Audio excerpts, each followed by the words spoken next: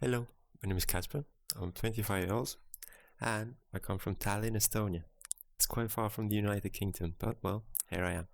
I'm a second year PhD student and I study computer science at the University of Manchester. I'll tell you more about that in this workshop. First of all, when I was your age, I had no clue about programming, didn't know how computers worked, but I'm still studying computer science PhD, so that shows you that you really don't have to know yet what you want to do, and you don't have to be particularly good at it yet. You'll learn. That's what the school and the university teaches you.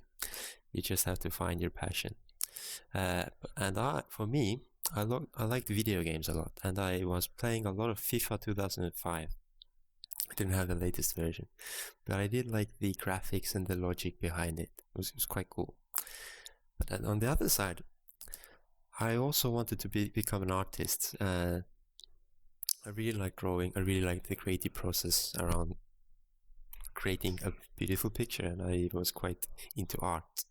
At the same time, I was good at maths for some reason, and I thought, how should I combine maths and art? Well, I like the creative process. I like drawing, and I did like things to be logical. So thought maybe becoming an architect is the answer. Well, then I discovered programming. I discovered programming in year 10. There was a programming class which I took accidentally, and over there we learned Python. If you know what Python is, Python is like a programming language. You have many different languages to write code, and different languages have different syntax, just like human languages. What did we learn over there was the first steps everyone takes when they're starting to learn programming, which is doing sorting problems, text-based games like rock, paper, scissors and tic-tac-toe, and also solve chess scenarios. And I think that was quite interesting, and I really started to like this creative process, but also putting things into some logical sequence. And I really liked making the computer do things how I tell it to do things. So I had a little bit of like my own automated machine which can do works for different types of tasks for me, and that was quite cool. So I decided to do computer science, and I applied to University of Manchester, and I came here. I also did an industrial experience, so during my studies I went for a year in the industry, and I learned more how does the real world work, and I was really happy with the choices. So I decided to do a PhD as well, because I want to learn more. It's you really learn how to work hard on yourself, and how do you learn more cool things about how the world works, and then you get to discover how I can make different things, how I can solve different issues with a computer and computing. So currently within my PhD I'm doing security, and I'm making databases faster. So in security I was looking into viruses and virus scanners, how to make sure that some custom chips, custom hardware don't explode or fry, and I'm also trying to make, of course, computers faster. We all want computers to be faster, so that's what I'm working about. But today, enough about me. Today we're not looking at programming. We're looking at the computer logic instead. And I think that there's a quite cool way to look at computer logic, and that is looking at Minecraft Redstone logic. So we'll see how to wire up some devices. So how are we going to wire up some devices? We need to design some circuits. What are circuits? Circuits are just a bunch of wires connecting different things. So if you look into physics, just a good old electrical circuit is turning on a lamp. How we do it in the real world is we have a battery, we connect one side of the battery to the lamp, the other side back to the battery, so you'll start having electrical flow. But you want to control the light switch as well, so you need to have a switch between the power and the battery, and that's exactly how you can see it work on the screen. Let's do the same in Minecraft. So, alright, let's open up Minecraft. And here's my house. I'm jumping. I'm holding a torch. And you can see, this is my lovely house. Well, this game, in case you don't know, is like a survival game where you can build houses and you can explore the world and so forth. But you can open doors, you can build. This is my lovely house. But you can also do some logic. For example, this is a wooden door, and you can open this. But this is a metal door, and I can't quite open it. I can just place torches on it, but it doesn't work. So how do we open this door? We need to use some redstone. Redstone is the wire equivalent or power equivalent you saw on the slides earlier. So if we want to open this, we put up a switch, we connect the switch to the door, and if we stand on it, it opens, and then we can go through it. But as you can see, I put it slightly too far away, so I need to run to make it past it. And here I can store my treasures so that no one else can get in here. But the regular switch, it's not that interesting. Let's see what other options do we have. So I've made up a little bit of a showcase for you. But first of all, let's start looking at a door. So a regular, if you do the same thing I showed you on the slide, it's just a switch connecting power to a lamp, and I turn it on and I can turn it off. That's how it works. What if we connect this to a door? So we want power to do useful stuff for us, and so we can pull down this lever and the door opens. But what we can see from behind is that the electricity is flowing into the door. What if you have multiple levers, and then we can connect all of the wires to open the door? And this one doesn't, because it's not connected. So we can kind of devise some secret code. Let's say we have a door with a bunch of levers or buttons, and then we want only one of them to open the door. Here we go. Then we can just, let's say I only want the very last lever to connect the door. That means we disconnect that, and there you go, we have a secret thing. And the other levers can be connected to something else, for example a bomb or a trap or something like that. But what if we want to do more complex tasks than that? Okay, I'll show you, but let's first of all go back to the slides and see how it works. If we look at the slides, I'll give you a little bit of time to guess what are you seeing on the screen. So take like 1 or 2 minutes, or however long you want, and try to just guess what it is. You don't have to know. Okay, hopefully that went well for you. Now we'll try to actually learn what it is, and hopefully by the end of this workshop you'll have a better clue how you can how you can create these devices by wiring up logic. So what you see on the screen is exactly wired up logic. What do I mean by this? You have a bunch of these weird symbols. You had some 3 input wires, ABC, and then you had a sum and a carry out. In between those wires you had a bunch of these weird symbols. These weird symbols are on the screen right now. They're like logic gates. Logic gates do some function on the energy input. So the most simple logic gate is the NOT gate. If you have an input going in, output going out, and then you have this triangle with a hat on it. The triangle on the hat on it, on the triangle side, you have the input. Input can be either power on, power off. If the power is on the input side, on the output side the power is off. And it's the exact opposite way on the other way around. If the power is off, then the power is on.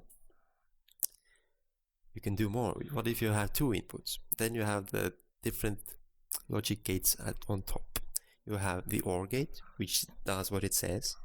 You have one, if one or the other is on, then the output is on as well. So if you have A and B as inputs and C as output, if A or B, either of them have power on, then the output will be power on as well.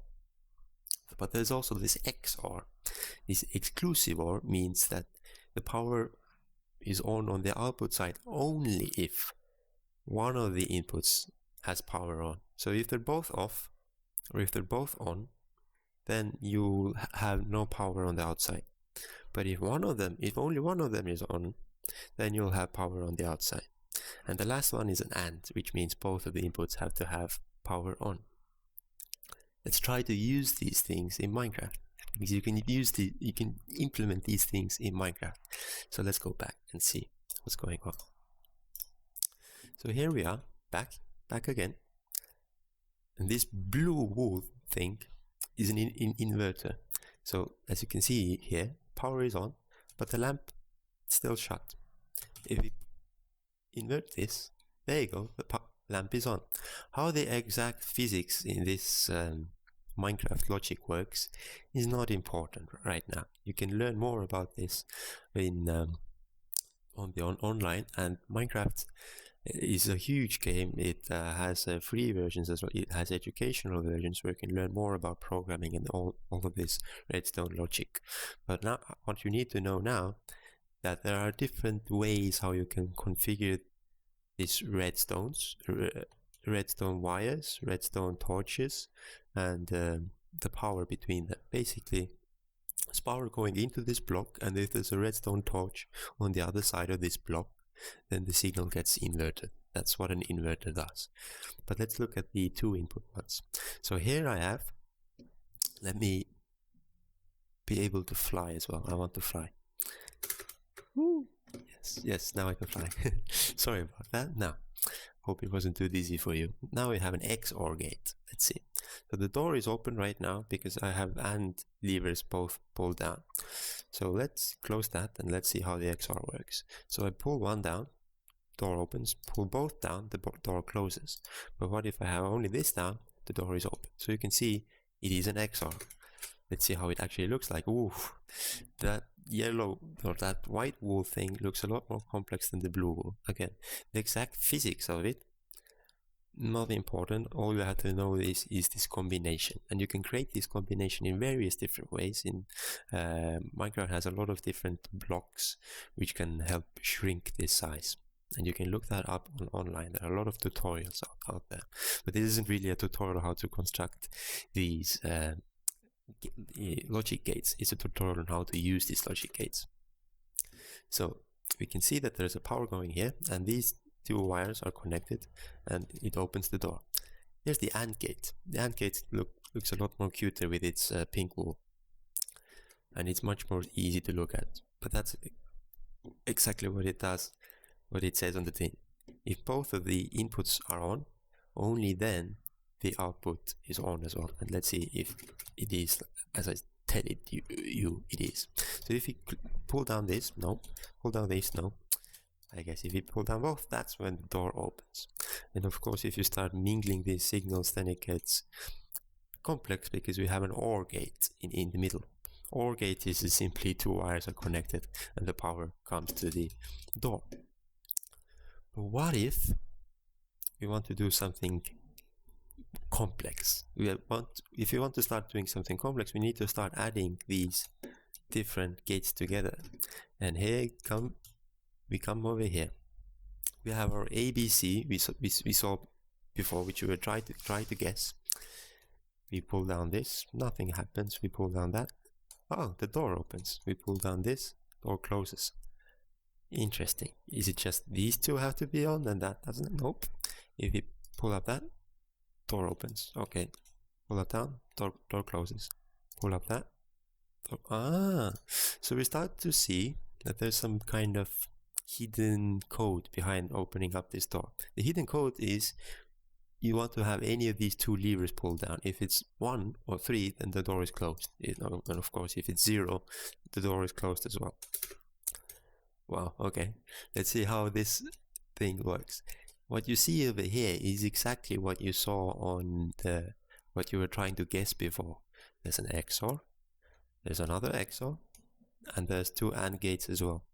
These things connected together, you will have your sum and carry. Let's see if they show exactly how I showed you on the scheme. Turn one of these on, we see that the sum lamp is on.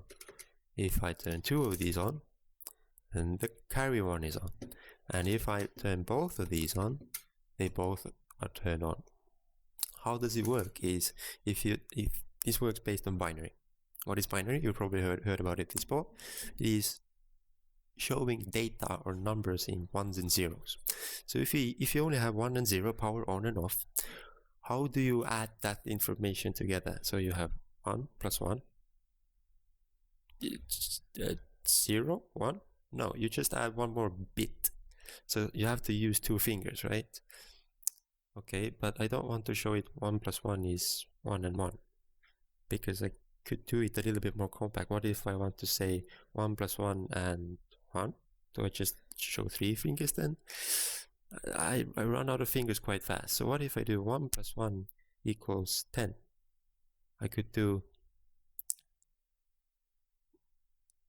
1 and 0, but then I'll use a carry to another bit, and that other bit will be 1, and I can nullify the previous one. And if I want to say 3 instead of 111, I can say just 11, because I set the first bit to be 0. So that's what kind of carry means. And if you use this, oh, it's raining and it's sundown.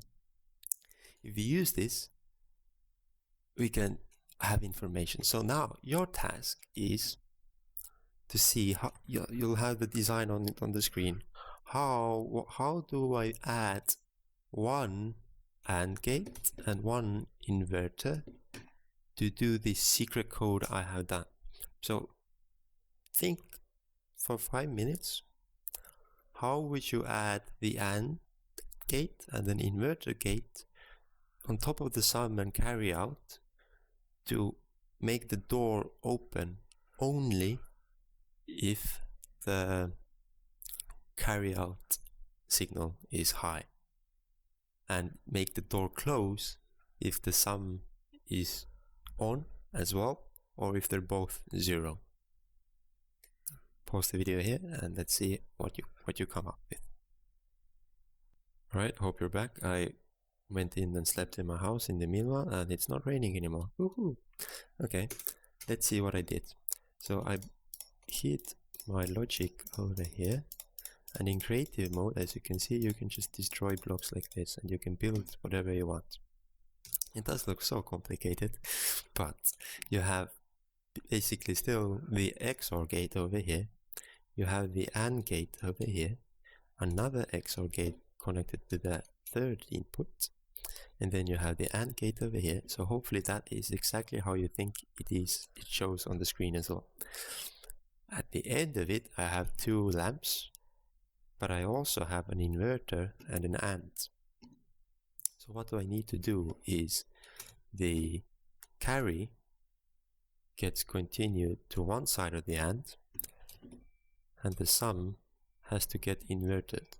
And then if I add this AND gate at the end, I need the AND gate to kind of combine 2 signals. But since I don't want one of the signals to be high, I should invert it, and that's the logic. I want to combine 2 signals, AND, because both are important, but one should be the exact opposite, should have the exact opposite on the output as the other, and that's where the inverter comes in. That's why I chose to use one AND gate and one inverter, and I put both of them over here at the end to connect this door. Hopefully, after seeing the correct answer,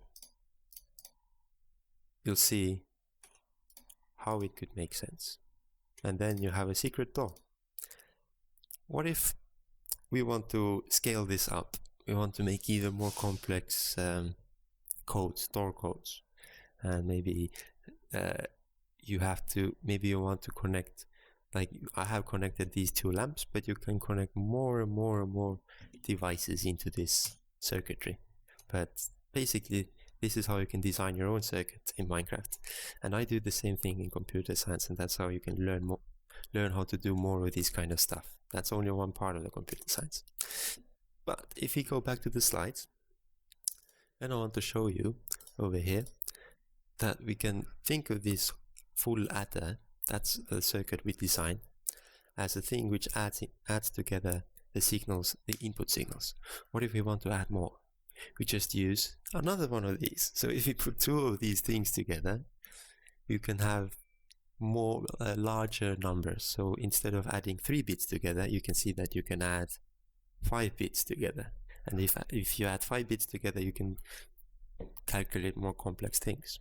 And that's how it grows. And it grows and grows and grows. And you saw in Minecraft, it was already quite big. And that's why the first computers were massive. You can see on the picture that they are massive. And humans learn how to shrink these circuits eventually. And your Apple iPhone has 11.8 billion transistors. That is so much. For example, what a transistor means, one AND gate is 2 transistors. So the thing you saw, like those 3 woolen blocks, 3 pink wool blocks, there are 2 transistors, and there's 11.8 billion transistors in your phone. That's mind-blowing, but that's cool, I think. So how do you can learn more about this? Or applying to university, you learn more about computer science, if you study computer science, or all vast different subjects, and it's really cool. It's 3 to 5 years. The undergraduate bachelor's degree is 3 years, but you can have an industrial experience like I did. I chose to go to an industrial area actually later, and you can also add a master's degree on top of that. So that's why it's 3 to 5 years. How do you get in? Is you have to do quite good at GCSEs and A-levels, but they're scary, I know, but there's things which you can help yourself out with. There's an interview and there's a foundation year option as well, and these will help you lower the requirements. And there's one more thing. If you live in Manchester, there's a Manchester Access program where in your final year, I think year 12, you have to do a project, and that'll help you lower your grades as well. And this kind of stuff, you can find updated information on the University of Manchester webpage. But I want to encourage you that these scary entry requirements, you can lower them with various different ways. And that's for University of Manchester, probably true for other universities as well. But more about computer science, to finish this workshop off, is that you can do so many different things with computer science. On the picture, you don't have to start reading things, but it basically shows many different things. This Minecraft Redstone logic is just one part of it. But yeah, if you come to study computer science at University of Manchester, if you don't exactly know, just choose simply computer science, because then you have the most options. Because you always change. You can change into a second year, or like, I really like artificial intelligence. So talk to the university and they will change your degree. So you don't have to know right now. It's quite hard to know what you want to do, what you're enthusiastic about. So just explore. But there's also other options like artificial intelligence, computer interaction, maths, business management, computer systems engineering, and software engineering, and so forth. There's a lot of options out there. But the most important thing is that you are brave enough to explore and find what you're enthusiastic about. And I think this is really cool stuff. I hope you learned something from this workshop, and thank you for your attention. Thank you. See you.